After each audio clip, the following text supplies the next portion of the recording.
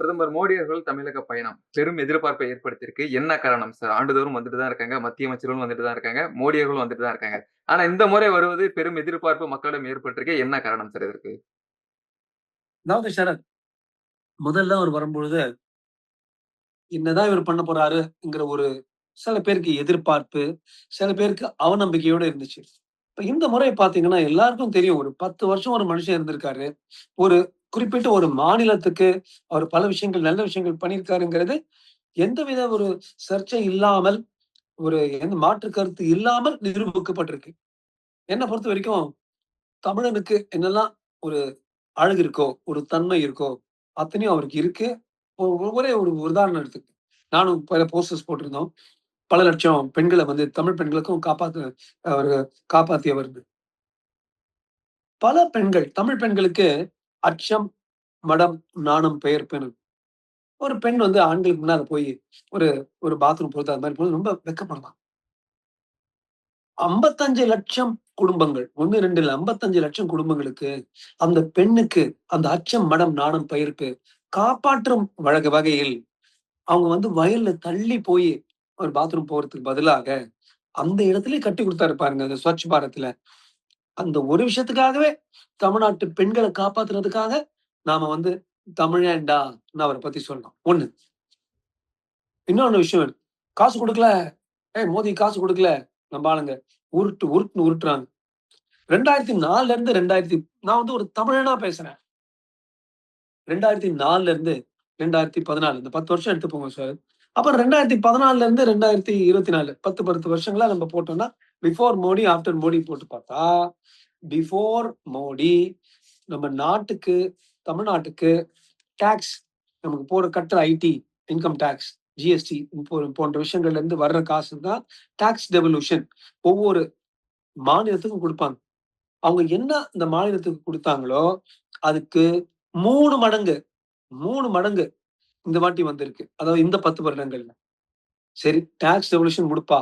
Grants அதாவது financial commission recommend பண்ணும். பீகாருக்கு இவ்வளவு குடுங்க. தமிழ்நாடுக்கு இவ்வளவு குடுங்க. அந்த அளவு பார்த்தீங்கன்னா, 2004ல இருந்து 2014ல இருந்து வந்த அமௌண்ட்டுக்கும் 2014 டூ 24 பார்த்தீங்கன்னா 4 மடங்கு. சோ 3 மடங்கு டாக்ஸ் டெவல்யூஷன். 4 மடங்கு கிராண்ட்ஸ். ஓவரால் 3ல இருந்து 4 மடங்கு வரைக்கும் அவ்வளவு காசு உள்ள வந்திருக்கு. 1.58 crore tax. 1.58 lakh crore. 2.88 lakh crore.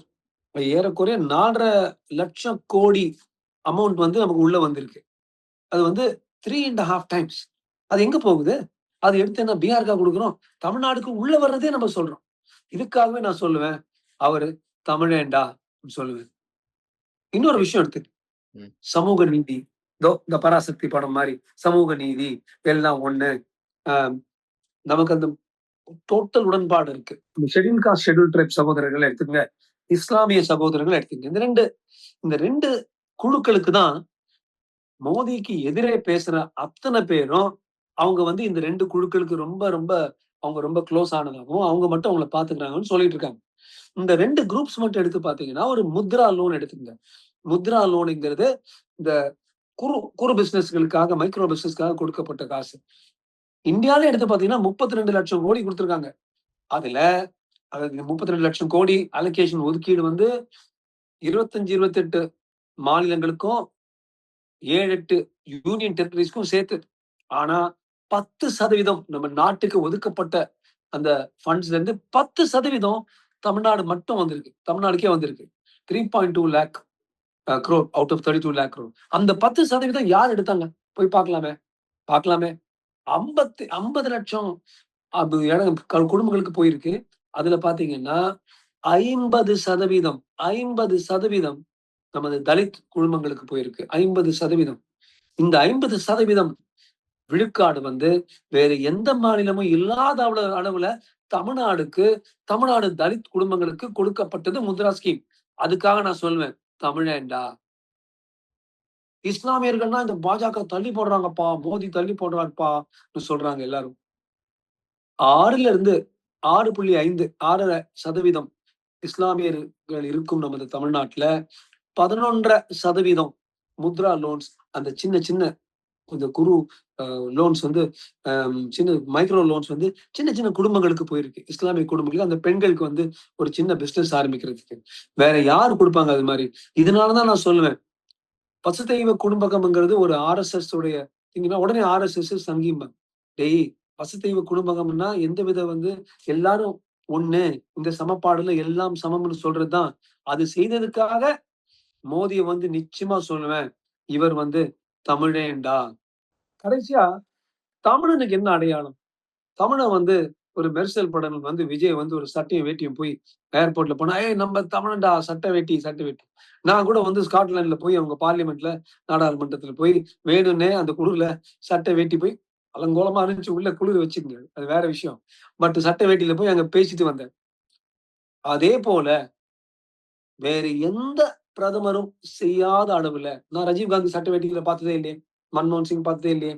ஒரே ஒரு பிரதமர் வந்து லுங்கி அல்லது வேட்டி அவர் வீட்ல கட்டிப்பாரு. அது லால் பகதூர் சாஸ்திரி. அது வந்து அவருடைய சௌகரியத்துக்காக. Not on stage. ஸ்டேஜ்ல வந்து நானும் உங்கள போல ஒரு தமிழன்.